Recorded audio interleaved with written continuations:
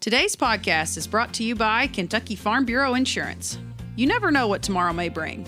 That's why it's important to get the right insurance coverage today. At Kentucky Farm Bureau, we deliver the protection and peace of mind your family deserves. In fact, we've been providing folks in the bluegrass with dependable service since 1943.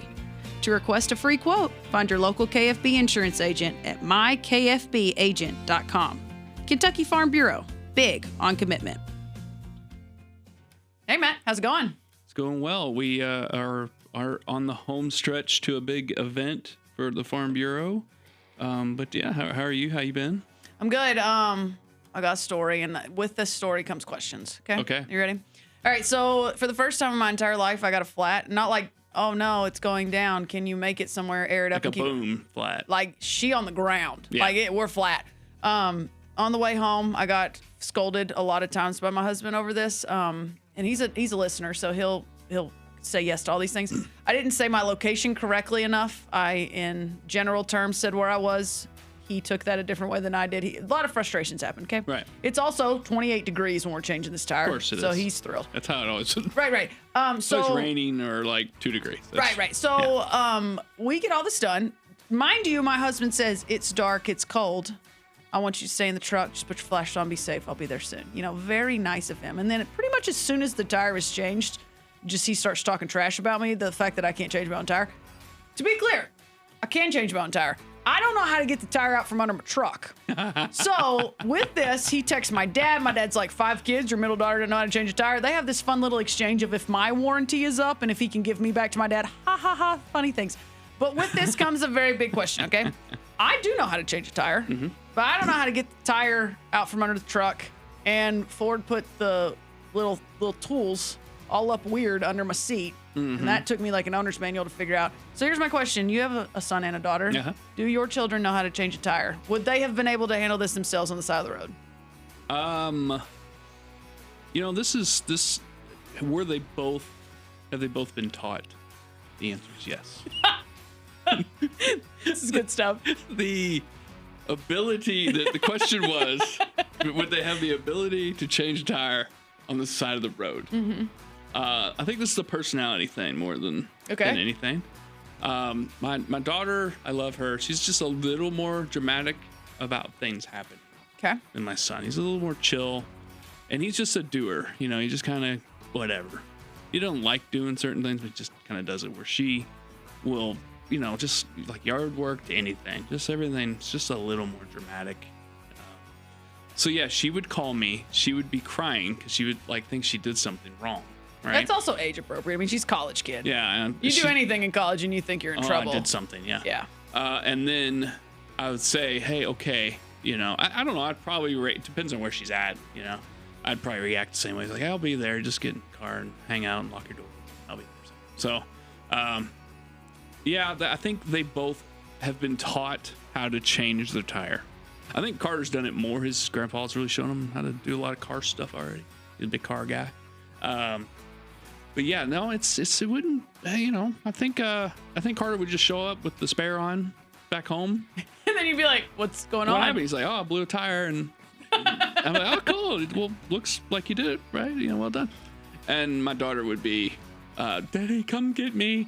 Or where are you? I'm in Richmond. Drive here now. Hour and 40 minutes away from home. Could you? Yes, I'll figure it out. But she also has a boyfriend, so that'll be a great test. If that happens, I'll be like, call him. Yeah. Also, okay. I will judge him. Another. Yeah. Okay. Here's another layer to this. Uh-huh. Okay. So this is fun and games because I am married. Right. And this man in my life came dressed warm, told me to stay in the truck. So for that reason, my dad knew all that. Just knowing Peyton, it was easy to make these jokes of like, yeah, sorry, I failed you. My daughter can't change her own tire. Ha ha. Knowing he would never do that. Do you judge if he couldn't change a tire, if the boyfriend could, would you be like, what the heck, man? Yeah. Oh, yeah. Same. Yeah. So years ago, and my friends don't listen to this podcast, so I can totally tell this story. We were coming back from a spring break, and my now wife was driving and nearly actually got in a wreck. Someone pulled out in front of her lane, and she kind of went into the shoulder, and it kind of tore up a tire and blew a tire. So I remember it was like her turn to drive back from Florida. So it was like her 3 hours. So I get out of the car, and there's like 4 guys and all these people in these like multiple cars, and So I'm like, oh, yeah. Pop the tire off, put the spare on. Right, right. And we'll go to the first exit and we'll figure it out. One of those kind of things. So I just kind of look at all my buddies and I'm like, hey, let's go. And it was a group of guys. Nobody knew how to do it. Stop. Right? For real? And this is, we're 19, 20, whatever, college age. I don't remember what exact year, but, and they don't get me wrong. It was a little ding. It was a little ding in the, when they say the man card or the whatever. Oh yeah, no, for sure. You got to know how to do that. It's definitely a guy, like, you got to know how to do that. Yeah. That's a thing. A lady not know it. I don't want to do all that, but no, there's a moment. But you get what I mean. Which, to be clear, my mom is. I'm gonna probably give her credit for this. I think my dad would have taught all of his girls to do it just on principle. But my mom, her dad had told her, like, all of my daughters will be able to do this if needed.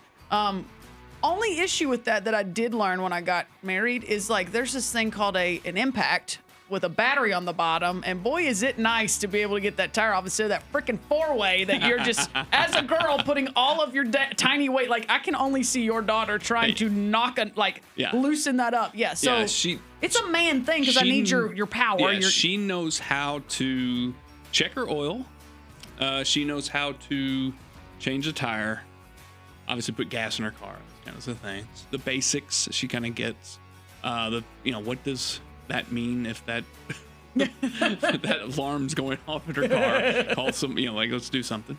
So yeah, she's pretty basic. But yeah, it might be a little judging the boyfriend if he doesn't at least just the big thing is just the willingness to go in there, and even if he's on the phone with me, I'm telling him how to do it. You know what I mean? Like, okay, wait, let's backtrack that. You like that? No chance. My husband would have called my dad. He would have called his own dad. I would say he'd probably do that. Yeah. But I'm just saying, like, that's fair. There's got to be a willingness. We need to have AAA come and do this. We can't be having that. I need him to step up. There's got to be a step up moment there. Okay, so just a quick side note, because I just learned this last night while I talked to AAA. So Peyton says we pay for AAA. Call AAA if they can beat me there. They can go ahead and do it. Whatever. Right. So I called AAA. They're 30 minutes out, which was incorrect. That guy was on a call, so he was actually like 45 minutes out. Peyton beats him there. Blah blah. So he calls me, and I tell him, hey, my husband's on the way. He's probably going to beat you here, but, like, I want to make sure we have everything we need, blah, blah, blah. Do you care if I call you back on this number here in about 10 minutes if he's here? And he's like, yeah, no, that'd be fine. So I call him back about 10 minutes later, say, hey, my husband's here. We got everything we need. You don't have to come. And he was like, really? I said, yeah. And he goes, I can't believe you called me back. And I said, what do you mean? And I said, well, do you just show up places and there's no car? And he goes, yeah. I called them and go, where are you? And they're like, oh, sorry, somebody came and helped me. So here's your public service announcement to your local AAA guy. If you're not going to utilize them, call them and let them go home. I thought that was so odd. Like, this guy's like, it happens all the time. I just show up at a place and I'm like, hey, man, no car. I'm here at the location. Where you at? And they're like, home. Like, that's terrible. Well, that's fun. Yeah. Haven't had to change a tire in a long time. But yeah, I have just to show them, but not really like out in the middle of nowhere on the side of the road. That's no fun. It really isn't. Where was it at? On Taylorsville Road. So on the plus side, good shoulder, not in Louisville. No offense to Louisville, but like the only Louisville I'm in is Hurstbourne, 64, and the Gene Snyder. And then I would consider myself not really in Louisville. Yeah. So any of those places make me very uncomfortable to be stuck on the side of the road. Yeah. With people whipping by us. This one, I almost could have yelled at him like, oh, car, like once every 5 minutes. And we knew somebody was coming. Yeah. So, yeah. But yeah, I mean, I think that's, a big, it's a thing that you have to know how to do to some level. There's a little bit of a coming of age for a guy, I think, particularly, know how to maybe change his oil, pop a tire off. He has to, you don't have to rebuild an engine. You don't know how to do that kind of stuff necessarily. Maybe call somebody on that, but yeah, Carter's got good guys around him. My father-in-law's a car guy, hunter, does kind of that guy stuff a lot with them. Yeah, I'm more the sports guyness that he's learning from, But yeah, I would definitely judge a boyfriend. I'd say change a tire, shake a hand.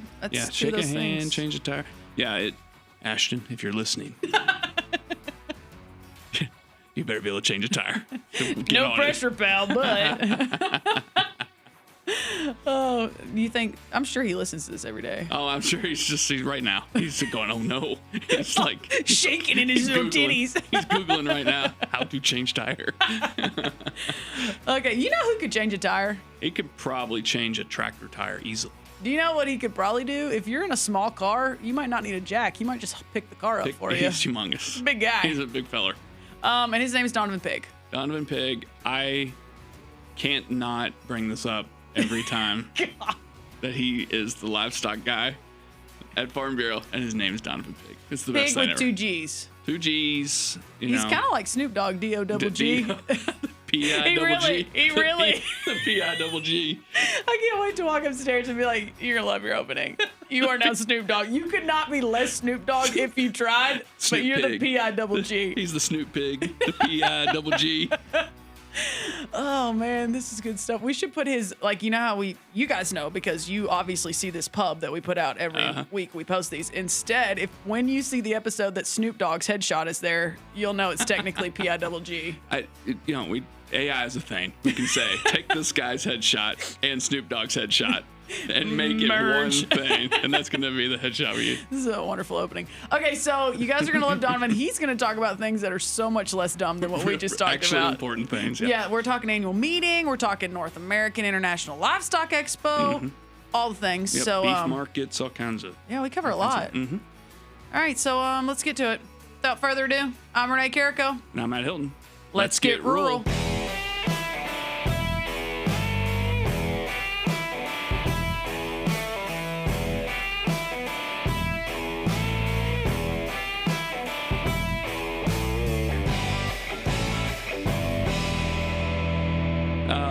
Yeah, North American. This is right now, right? Yeah, right around the corner. Cool. So if you're looking for commodity staff, 95% of us are gone. Taylor even figures out a way to go, and he doesn't do livestock. It's the North American International Livestock Expo, and Taylor even finds a way to sneak over there. So how long has that been in Kentucky? And I think to a city boy like myself, what is this thing to you guys? You guys have been a part of this a lot, right? You say you live there essentially. Like, what is this to your life? Is this like you have to? Is this just a part of your calendar, right? Yeah, I've been going to the hog show part. So my dad he moved to Kentucky to do swine work initially. So he's been working the swine show there as long as I can remember. And that was like an exciting rite of passage when you were officially old enough that they trusted that you had your schoolwork together and you got to be the chosen of the children to go with dad for a few days in miss school and work the ring and hand out ribbons to all the other kids and wish you were out there showing. So I've been doing it my whole life, but I know, Donovan, you've been doing it since you were at the KDA days too, right? Yeah, so about 13, 14 years, something like that. It started at KDA, working with John. John's superintendent over at Beef Show. So kind of being there, helping run, facilitate, do anything that I needed to do to help along. But, even since I switched over here, I'm still able to go and help out and kind of help facilitate check tags and tattoos and all those fun things that just kind of go along with North America. But you could see and meet a lot of new people. One of my good friends from Louisiana, which is where we took Beef Tour last year, come through an internship at North American. So I met Madison at North American. She was interning. She's a great young lady. So went back to Louisiana and got a job at Farm Bureau, kind of doing opposite of what I'm doing here. She's on a livestock role as well. So that was really cool. neat. Yeah. So she helped facilitate that beef tour. So yeah, I think a perspective of someone grew up in Louisville, but the North American kind of was just a thing that I didn't even know about until I started working at Farm Bureau. But the farm machinery show you did, because it was like, where did all these flannels come from? We take over the town. Right, all over the city of Louisville. I mean, literally everywhere.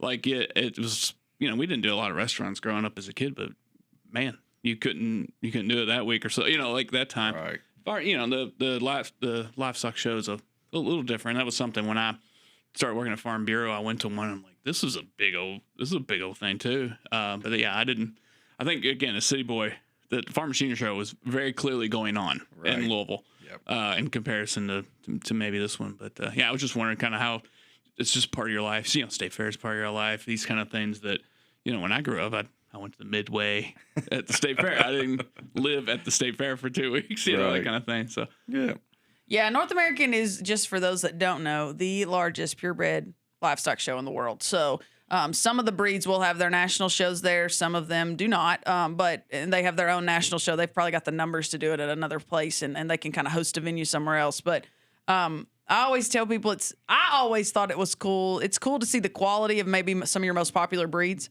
but it's really, really neat if you've never seen a breed before. So like if you've never seen a miniature Hereford show, if you've never seen a Corriedale show in the sheep barn, like there's these breeds that you took a quiz when you were in 4-H and you were like, I know what that is. And then you see like 20 of them in person in one class and you're like, oh my God, these things are all over the country. And people drive in from California, Wisconsin, Florida. And so it's like, I don't know, it's like the U.S. melting pot of all things livestock in one place. And it's, and then we have a rodeo to like cap it off. So I always tell people, like, if you think tractor pulls and truck pulls are cool at farm show, it's like our livestock kid version is like take us to a rodeo to end out the day. So it's just like I was in Freedom Hall yesterday, full setup. They were showing cattle in there. By Friday, Saturday, or Thursday, Friday, Saturday, they'll have a rodeo in there. And then by Sunday evening, they'll have that back into show rings and showing cattle in there again. So it's just kind of cool, the transformation that can take place there. And all the memories that a lot of our kids can make in Freedom Hall is pretty neat. So, all right, here's the other thing. So if you live there all the time, you have to eat there all the time. Sure enough. What is there something different to State Fair, to farm machinery shows, or something that's very North American livestock show that you know what I mean, that you have to get while you're in town? Okay, so we did find a new. I'm asking traditions. What are some of the cool tradition. Never mind. Traditional foods, different things you all did when you were younger and in your adult time. I mean, there is some restaurants that we typically eat at, not necessarily on the fairgrounds, but Frank's create a really good sandwich, and we always eat lunch at Frank's and look forward to that every year, you know, pulling in a Frank's sandwich. But there's different things that kind of go along, going in and seeing all those vendors and all the many displays and setups and all kinds of different stuff that's there being sold, from pictures to clothing to shoes. I mean, it's pretty. It's cowboy Christmas in there. It's cowboy Christmas. It is cowboy Christmas. Like if you're a Western wear of any kind, you forgot a pair of jeans like somebody might have on Sunday and had to go buy a pair at the area store. Whatever it may be, they have got them there and you can get your Christmas shopping done. One we found, so actually one of my really good friends coordinates the vendors over there now. So she used to work in the hog ring with me years and years, Ella Ferquin. And so she pointed me out to a strudel booth this year. Oh my. I'm not trying to tell you how to live your life, but if you are like, I've had ice cream like 7 times already in these 4 days, maybe I should change my sugar intake to something different. Strawberry, and that lady is baking them right there. You smell them before you see them, and I'm like, come on with it. So if you're like, how do I change up my ice cream at Earler's? Maybe go grab you a half a strudel. Yep. Go get you some ice cream. It's pretty tasty. Yeah, I mean, like State Fair, I always get the pork chop sandwich. Yep. I do get an Earler's. That's very, very State Fair to me. Yeah. I get an Earler's at some point. So, yeah, I was wondering what you guys kind of like is a thing that you guys do. Because I'm sure the listeners are probably like, yeah, the strudel. You know, I don't know. As they should, because it was darn tasty. So here's the problem with North American, Matt. The only problem, it's wonderful. It just happens to be right before Thanksgiving. And I don't know if you know what's right after Thanksgiving. Annual meeting here at the Kentucky Sure Farm enough. Bureau. Yeah. So when everyone else is hitting all those deadlines, we get text messages while we're at the hog ring, like from somebody named Matt Hilton that says, hey, you left somebody off your script. Oh, did I? Yeah, I'll get on my computer in 5 days and get that fixed, or I'll send a message to somebody, poor bloke in the office that's not here. So it is the greatest blessing to be a North American and also the greatest curse because everyone in the office hates us because we're like, oh, yeah, I'll get to that tonight. And then by the time the show ends, we go eat, we go to the room, we shower, we go to bed. We didn't get our computer out. Sure didn't do it, no. Yeah, that I feel like I'm the script police during this time. So we make scripts, so we know what's going on. There's technically 12 different events in the one annual meeting. So we have 12 different scripts that, you know, all the people on stage and all the people hitting the buttons in the back to make the microphones and the cameras and the videos and all the thing. Everybody's got me on the same page. So I'm the guy that looks at all the scripts and makes them all look alike, right?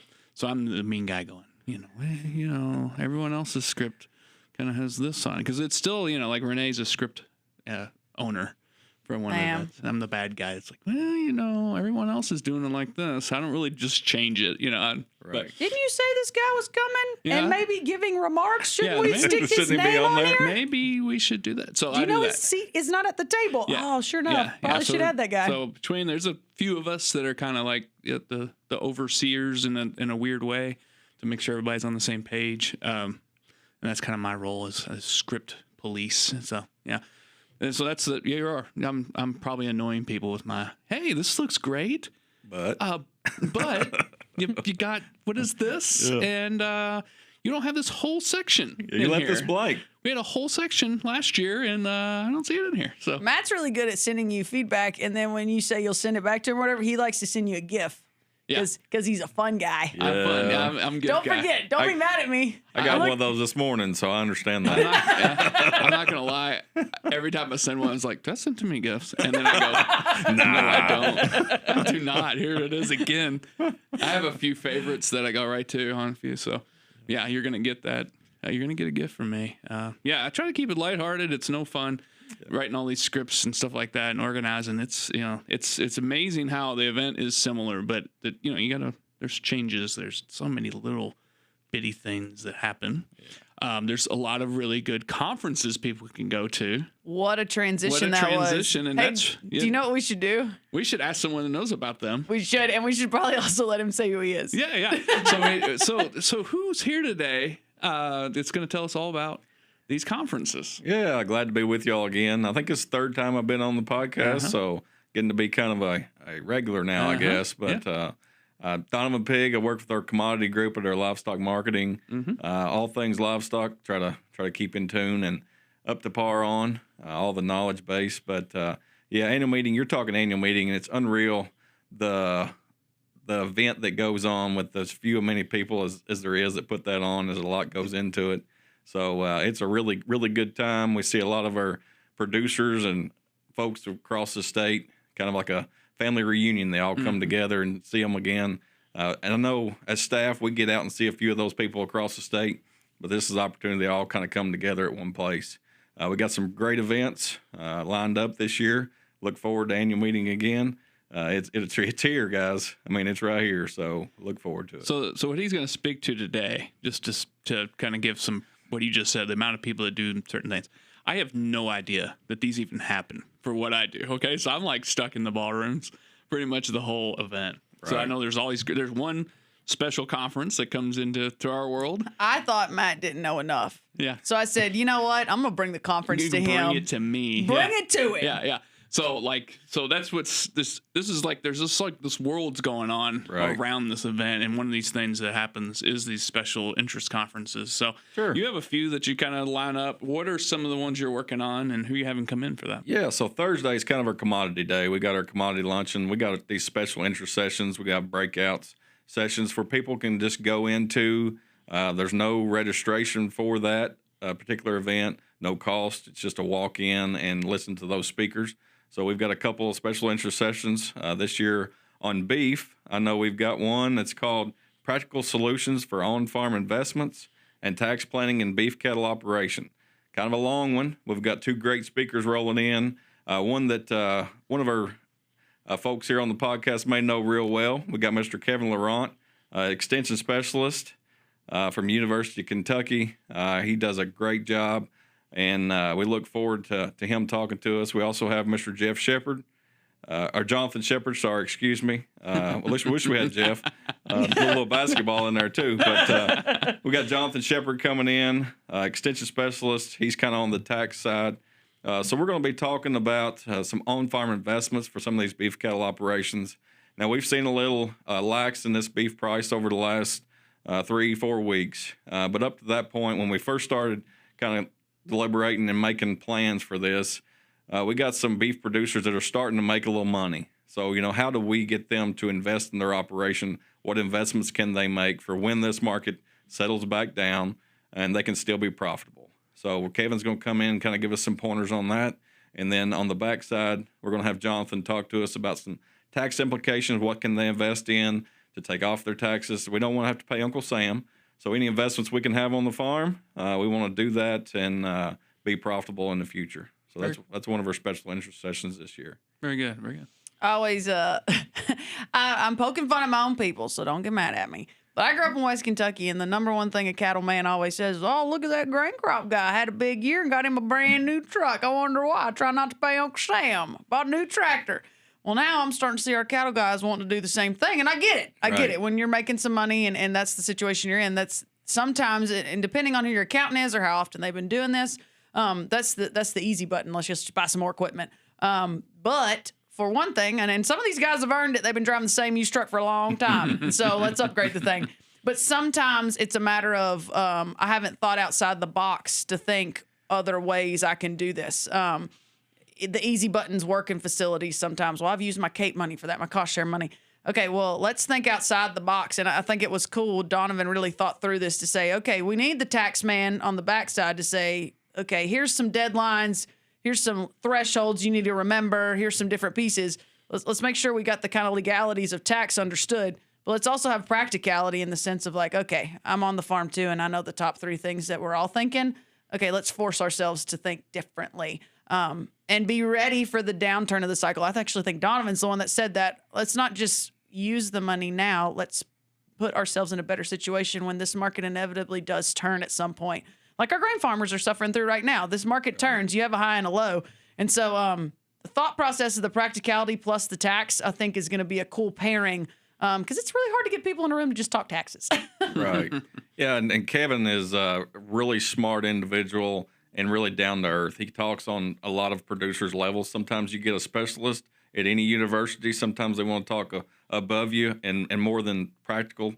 But he talks practical and something that will work. He's been through a lot of those steps and done it himself, or worked with producers in his surrounding area, putting those things in. So I think that kind of person talking to our producers would be really good. And we look forward to having Kevin out and kind of talking to our guys and kind of giving them some pointers. It's not going to be as strong with the beef prices kind of settling back down, but maybe it'll be a good session. People can come and learn something and implement back on their farm. Yeah. Operation. One thing, I've been around long enough to see these sessions kind of change. It used to be just grain, right. It would be, and there was nothing wrong with that. They're very informative, but these, y'all have seen in the last couple of years, you guys have really centered in on having a little more specific topic, right? Yeah, so sometimes we'll broaden out to make sure the topic can fit multiple commodities when it fits, but then sometimes we'll narrow. So like the session you're in, you're exactly right. The session that you're in, you're in the session. In the main ballroom, that's farmland transition. Right. There's no human being on a farm that doesn't need to think about that. Right. But then in the afternoon, we're going to get these speakers in that dive. Okay, we're not just going to do beef cattle. We're going to pick a topic within beef cattle and hit that. Yeah. Fran's got a really good topic this year. We got survey results on the farm market program that said we got to talk accounting work. And so she's got a good one, and I'm sure Donovan's got that in front of him as well with that title and that name. That one's a really good one as well, in the sense that it broadens it out a little bit. We know it affects our farm markets, our horticulture, our value add. But if you want to talk finances and you want to talk accounting situations, it makes sense to go in that room, whether you're growing corn, grain, whatever that may be. So yeah, the topic here is beyond the basics. So deciding how to finance diversification. And I think it goes more than just to our certified farm market program. Any of our grain operations or any of our livestock operations can diversify their operation. A lot of our livestock guys have started selling meat, so they started finishing those cattle and having a meat business on the side and help bring in extra income. The closer we can get that animal to the plate, the more money that we can put in our pocket. So I think diversifying and financing some of those diversifications is really important across the board. Whether it's grain, livestock, or certified farm market, I think that's a great topic. Yeah. So another piece I would encourage people, I mean, we love Thursday. We love Thursday. That's our day. I always tell people Thursday's commodity day. If you see me on Friday, they're like, oh, you look so relaxed. I was like, my day's done. I'm on the home stretch, which is funny because the other ones that are really cranked up on Friday, they're like at high stress. So I'm sure I'm not their favorite person to see on Friday as I'm just loosey-goosey. But I do tell people if you are not an annual meeting attendee, normally you're a Farm Bureau member and you love doing this, but you're not normally an annual meeting attendee. You don't, who wants to be in Louisville for 4 days straight in the weather and the freeze? I get it. There's always the one horror story that keeps them away. Man, we've got a good lineup that afternoon to make them want to come in. And I've really encouraged people, if there's one day we got the trade show going, there's just a lot of really cool things.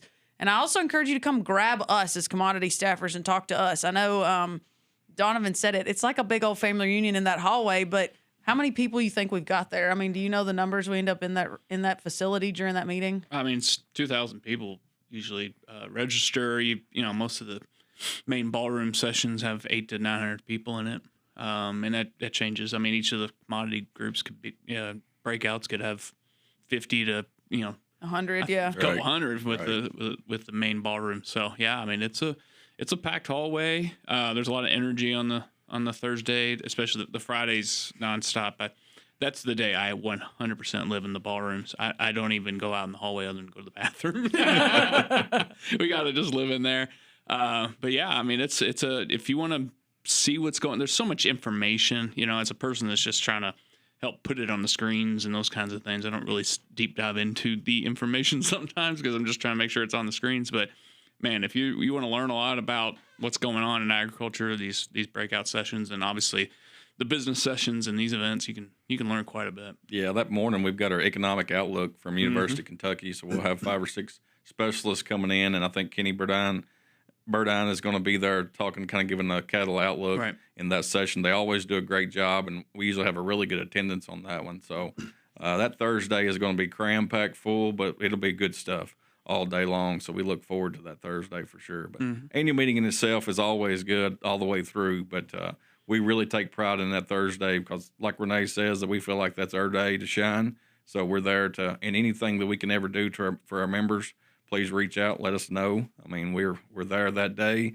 We're all hands on deck, so anything at all we can do to make that day better, we want to do that. Yeah, I think that's the staff is just right there. I think often you get that Taylor Thompson email or you get the Donovan email or you get whatever, right? And those folks are there. You guys are there, so those answers can be there, or at least you guys can point them in the right direction with any question they have. So yeah, super informational day. There's a lot going on that day. And it's just, again, it's a big reunion. That's how I see it. It would be it's going to be weird one day when I'm not going to the annual meeting whenever I retire. Because it's just part of life. It's, again, right after Thanksgiving. You're not going to become the local county president as soon as you retire? I don't think they're going to let me. I think you got to get elected, right? We just heard that you drove a tractor one time. I drove a tractor one time. I think you're qualified. Let's get you in. Pretty much. That's pretty much it. So we can get you a miniature Hereford and put in the backyard, and you'll be set. Yeah, my HOA would love that. Yeah, I would love that if I did some chickens and the miniature Hereford. You're in. Wouldn't get a letter at all. Okay, Donovan, we have you on the podcast, and it would be we could get Taylor on. Tim has income. He's just stole Taylor. So Taylor is on Tim's versions pretty regular. And he talks all the markets, and we appreciate that. But we know he leans grain. Even though he grew up livestock, we have him in a grain role here. Talk to us. It's been a wild few weeks. And this post, pretty quick. We're going to post this one. So I think you don't have to predict it, but at least you won't feel totally out of place. We could have recorded this 2 weeks ago, and he would have really been in a tussle. But talk to us about, let's talk cattle markets. What have we seen? And we don't have to dive into the politics of it, but maybe just the price changes. And then you talk to a lot of producers. You work with a lot of yards. We've got a couple board members that are very involved in a few yards, so you talk to them a lot. So once you do the markets, talk to us about the mood or maybe advice that you're hearing maybe from these cattle buyers or these stockyards. So give some guys some, I don't know, to breathe a little while this thing fixes. Right. About three and a half weeks ago, we had a post come out about bringing some more imports of trim and cuts in from Argentina. And I think that headline kind of forced some of those speculators to sell off in their long position as they're buying futures markets, futures contracts with no cattle at all on either side. You got about 35% of that market's run by speculators. So they're just trying to play the market. But a headline sometimes will trigger a sell-off. And I think that's kind of what happened, because once we dive in and we look at the amount that he said we were going to bring in import, it's like less than 1% of our U.S. annual beef production. So it's not going to have a great impact on that number that he's trying to pull beef prices down. But it just triggered that market, a sell-off. And as futures market kind of comes off, we see live cattle and all those things follow. So we've had about 3 weeks, I guess, of this market trending down. We had a couple of days of limit downs, which is pretty scary, especially if you bought cattle in the middle of this. And we've got some producers that they were reaching out and just kind of saying, what's going on, what's going to happen. But we just kind of look at this and take a breath, and we feel like it's starting to settle. I know we were limited up yesterday. We're up $3 today on the futures board. So we hope that we've kind of seen that fall, and we're starting to kind of rebound and rally this market back. But on the cash side, now the cash side follows futures, and the first week that the board started going down, it wasn't real hard of a fall on the cash side. But I talked to a lot of our market reporters, and as weeks went on, the next couple of weeks, it lost $30 to $40 on the cash trade. So that's a big number, big impact. But at the end of the day, I looked at it this morning on the chart. We're back to August numbers on the board. So we had a really big rally up over the last 3 months, and we've just kind of settled back down to August numbers. And at August numbers, we were extremely excited for where we were. So once you look back, we're still sitting in a pretty good seat. You know, we're not at 380 like we were 3.5, 4 weeks ago on the feeder cattle futures. We're at about 330, 335, but we start to rally that number back, and I think cash trade will ease back up, and you know, supply and demand at the end of the day, I think, wins out. We're at the lowest beef supply that we've had in the last 75 years, lowest cow numbers in the last 75 years. Our beef production is still pretty high compared to what actual numbers of cattle we have. We're more efficient with the animals that we have currently. We're feeding them longer. We're getting them bigger. But we kind of see the trade-off, and we're starting to kind of feel that pressure as we hope this government opens back up. This shutdown is over. People got a little money back in their pocket. They're going to buy beef and get back into buying some more beef currently. So we hope this market keeps to rally back. We gain a little ground the next couple of weeks, we hope. And we just kind of find a leveling place. If we could do that, all my producers I talked to across the state, they just hope for a market that would stabilize and just not be so volatile. We're in a pretty volatile market. This futures on cattle futures and live cattle futures is pretty volatile over the last few years. It kind of makes it tough when you're buying cattle in to keep 60, 90 days, 120 days to turn back over.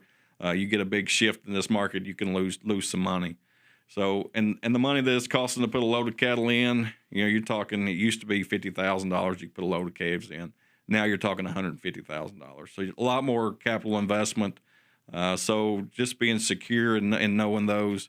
And we do have some risk management tools. A lot of my guys are starting to use some LRPs and to be able to kind of set that floor because it is such a large investment.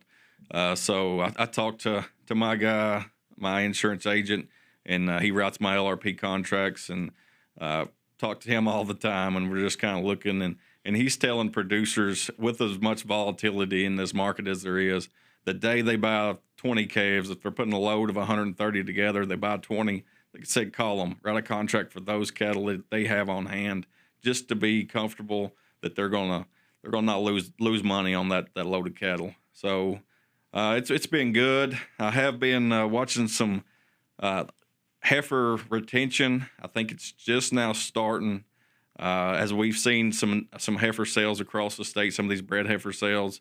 And I've got some averages here. I think like 700 head last week that sold in 4 or 5 different barns. They averaged anywhere from 3,300 to 4,000. That's just kind of an average. That's up about $800-900 from the average last year. So that's a positive. I think just seeing that number, people are still confident in this market. I think they're going to settle back in and try to build a cow herd. It's going to take 3 to 4 years for that cow or that heifer has a calf, and then her calf comes in the meat supply. So we're still going to be tight supply for the next couple of years. So I think we're still going to have a really good market if all things hold. No foreign disease or no pesticide or pests get here to cause a riffle in this market. But I think we're setting pretty good right now in the cattle market. Yeah, I always a guy at a meeting I was at not that long ago said the easiest way for anyone to understand why cattle producers look nervous when we have the highest market we've had in a very long time is to remember with high price comes high risk. That's the most expensive calves I've ever owned that I have bought to then sell in you know, whether that's in 90 days or in 6 months, right. However I want to do that. I mean, it's very, very high risk. Every calf you lose, no matter how hard you try, that's a very heavy blow, understanding how much that calf was worth. So I always remind people, we're not trying to, we know what the grain prices are doing right now, and even the prices are high and inputs are higher. So, I mean, we understand the tough spot they're in. We're not trying to say, well, don't forget about us. We're tough too. Our thing is that nothing's easy in farming. And so just remember, we've got a high risk situation. So a $30 drop in the cash market is a pretty good hit on some of these guys that bought when it was at a really good peak in that July-August timeframe. So I appreciate Donovan and the work he does. I appreciate one of our board members, Mitchell Logston's in the yards. We've got John Chisholm with KDA. We've got so many market reporters we work with. They just do a phenomenal job keeping us all in the loop of what's going on. And honestly, talking to a lot of producers, and I don't want to say talking off a ledge, but there's a moment when you're holding cattle, young producers too, you're holding cattle, and it doesn't matter if you've got an LRP contract on them. You're just sitting there going, oh my gosh, the amount of money that is standing in my field and knowing the market 10 miles down the road is not doing what I need it to do. Yeah. There's a scare. And so we laugh. A lot of what Donovan does is not educate, but talk down and educate why we're all right. I think it's going to be okay. And let's think this through and think slow and maybe maneuver some decisions and understand what those implications could be if we move it. So I appreciate what they do a lot. And I think it's been you've had the easy job from a market perspective for a few months, and the last few weeks kind of put you to the test. Yeah, I was in South Dakota when this market started going down, so I left the state and all things went crazy. So I had phone calls from out there doing a little pheasant hunting, but was still able to take those and kind of settle them down just a little bit. It's not the end of the world. The moon's not falling. So, yeah, $30 is a lot. $50 is a lot. But I think at the end of the day, supply and demand, all things line up that this market should stabilize and should be pretty good. We hope for at least the next few years. But we want to try to make some of those investments. We flip back to that, looking at those investments that we can make on the farm to have an impact later on. So if we're a cow-calf guy, what can we do? If we've never weaned or vaccinated cattle, we put those handling lots in, those handling facilities. If we're a backgrounder, what can we do to help our operation? Is it the flow of the cattle, being able to weigh them every day, having a system set up to where you can get your average daily gains, or buying a feed wagon or a feed truck or putting troughs in, making stuff easier to do? Just some of those small things that we can do on the farm to help for the future. We all know this market's not going to hold long term. It always ebb and flows, and we're kind of on the top end of a cycle. So we know it's going to cycle back down at some point. We just hope we make enough profit for the next couple of years to be able to stabilize through that market. Mm-hmm. So one thing that it's very clear, you're knowledgeable, but you're also available.